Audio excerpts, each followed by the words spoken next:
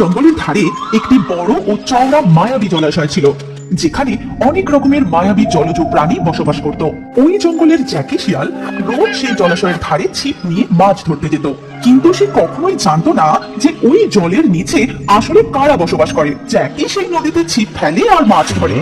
এই নদীতে কত মাছ আর কি স্বাদ এই মাছের। সেদিন মাছ ধরতে ধরতে হঠাৎই নদীর পাড়ে সে একটি কাঁকড়া দেখতে পায়। আরে ওটা তো কাঁকড়া, আমি কত দিন কাঁকড়া খাইনি। যাই, আজকে ওই কাঁকড়াটাকে ধরে খাবো। কিন্তু ঠিক সেই সময় সেখানে আসে রাজু শিয়াল, আর জ্যাকিকে দেখে মনে মনে বলে, কাঁকড়া ধরা হচ্ছে, কিন্তু তুমি তো ধরতে পারবে না, ওটা ধরবো আমি। এই কথা বলেই সে জ্যাকির পিছনে গিয়ে তাকে ধাক্কা মেরে জলে ফেলে দেয়। আর তারপরে রাজু শিয়াল ওই কাঁকড়াটাকে ধরতে যায়, কিন্তু কাঁকড়াও কেমন মজা, আর আসবে আমাকে ধরতে, কেমন কামড়ে ধরেছি। এদিকে জলে হাবুডুবু খেতে খেতে জ্যাকি শিয়াল বলে, আমাকে বাঁচাও ভাই রাজু শিয়াল, আমাকে বাঁচাও, আমি যে সাঁতার জানি না। আমি আবার তোকে কি বোঝাবো? এই কাঁকড়ার কামড় তো তোর খাবার কথা ছিল, এ তো এখন আমাকে কামড়ে ধরেছে। ওই বাবারি! তারপর জ্যাকি শিয়াল হাবুডুবু খেতে খেতে অবশেষে জলের তলায় তলিয়ে যায়। কিন্তু জলের তলায় গিয়ে সে দেখে এক অবাক কাণ্ড।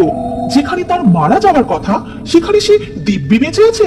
তার শ্বাস প্রশ্বাস নিতে কোনো কষ্ট হচ্ছিল না, এবং সে চারিদিকে তাকিয়ে দেখে সেখানে রয়েছে এক সুন্দর মৎস্য রাজ্য, আর তার চারপাশে ঘুরে বেড়াচ্ছে নানান রঙের মৎস্যকন্যা। তোমরা কি সত্যি সত্যি মৎস্যকন্যা, নাকি আমি মরে গিয়ে স্বর্গরাজ্যে এসে গেছি?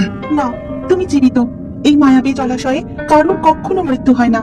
তবে তোমাকে অনুরোধ করব, তুমি ফিরে গিয়ে আমাদের অস্তিত্বের কথা কাউকে বলবে না। আমরা তোমাকে রোজ এক ঝুড়ি করে মাছ উপহার দেব। ঠিক আছে, তাই হবে, আমি কাউকে বলবো না। তোমরা একদম ভয় পেও না। তারপর নীল জলপরি ও লাল জলপরি জ্যাকি শিয়ালকে নিয়ে জলাশয়ের উপরে পৌঁছে দেয়। তারপর নীল জলপরি হাত ঘুরিয়ে জাদু করে জ্যাকি শিয়ালকে এক ঝুড়ি মাছ উপহার দেয়, আর সেই ঝুড়ি মাথায় নিয়ে খুশি মনে জ্যাকি শিয়াল নিজের বাড়ির দিকে রওনা দেয়। ওরে বেটা, এর তো জলে ডুবে মরে যাবার কথা, উল্টে এক ঝুড়ি মাছ মাথায় করে নিয়ে যাচ্ছে। ব্যাপারটা তো ভালো করে দেখতে হচ্ছে। এদিকে জ্যাকি শিয়াল বাড়ি পৌঁছতেই, এ কি গো, এক ঝুড়ি মাছ কোথায় পেলে? তবে বলিস গিন্নি। এই বলে জ্যাকি শিয়াল তার বউকে পুরো ঘটনাটা খুলে বলে। আর এই সমস্ত কথা জানলার বাইরে দাঁড়িয়ে শুনে রাজু শিয়াল। এই ব্যাপার, আমি এক্ষুনি গিয়ে ওই জলাশয়ে ডুব দিই, তারপর। যেমন বলা তেমন কাজ, সে দৌড়ে গিয়ে ওই জলাশয় ঝপাং করে ডুব দেয়। এ কি, তুমি কে? আর তুমি যে আমাদের দেখে ফেললে, আমরা তোমাকেও জ্যাকি শিয়ালের মতো জলাশয়ের উপরে পৌঁছে দেব, রোজ এক ঝুড়ি করে মাছ দেব। না না, আমাকে পৌঁছে দিতে হবে না, আমি সাঁতার জানি। আর আমার ওই এক ঝুড়ি মাছেতে কিছু হবে না, আমি তোমাদের ধরে খাবো। কি সর্বনাশ! সখীরা, পালাও এক্ষুনি, নিজেদের প্রাণ বাঁচাও। কিন্তু রাজু শিয়াল নীল জলপুরিকে ধরে ফেলে এবং তাকে টেনে তুলে জলাশয়ের উপরে। আমাকে ছেড়ে দাও, ছেড়ে দাও আমাকে, আমাকে এভাবে খেও না, আমাকে ছেড়ে দাও। তোকে ছেড়ে দেবো কি রে? এবার থেকে তোর মতো রোজ একটা করে জলপরি ধরবো আর খাবো। আর জলপুরির এমন কান্না শুনে জ্যাকি শিয়াল ছুটতে ছুটতে সেই জলাশয়ের ধারে এসে পৌঁছায়। এ কি করছো রাজু শিয়াল? ছেড়ে দাও মৎস্যকন্যাকে। তুমি নির্বোধের মতো জলপরীদের নিরীহ বলে মনে করো না। চুপ কর তো, বেশি বকিস না, আমার শিকার, এখন আমাকে খেতে দে। এই বলেই সে যখন জলপরীকে কামড় বসাতে যাবে, তখনই জলপরী এক ডানাওয়ালা জলপরীর রূপ ধারণ করে এবং উড়তে উড়তে নিজের জাদু দিয়ে রাজু শিয়ালকে ব্যাং বানিয়ে দেয়।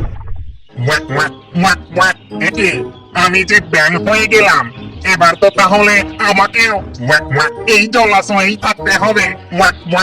বলেই সে ঝপাং করে জলাশয়ে ঝাঁপিয়ে পড়ে। তারপর শোনো জ্যাকি শিয়াল, তোমাকেও এই সমস্ত ঘটনা ভুলে যেতে হবে। এই কথা বলেই নীলপরি জ্যাকি শিয়ালকে দুটি আপেল দেয় ও বলে, যাও, বাড়ি ফিরে গিয়ে তুমি ও তোমার স্ত্রী এই ফল খেয়ে নেবে। বিদায়।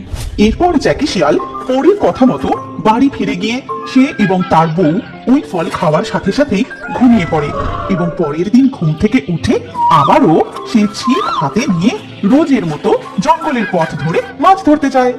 বন্ধুরা, তাড়াতাড়ি এই চ্যানেলটাকে সাবস্ক্রাইব করে দাও। আমার মতো আপনারাও দেখতে থাকুন। আমাদের গল্প আজকে এই পর্যন্তই। বন্ধুরা, সবাই ভালো থেকো, কেমন? ধন্যবাদ।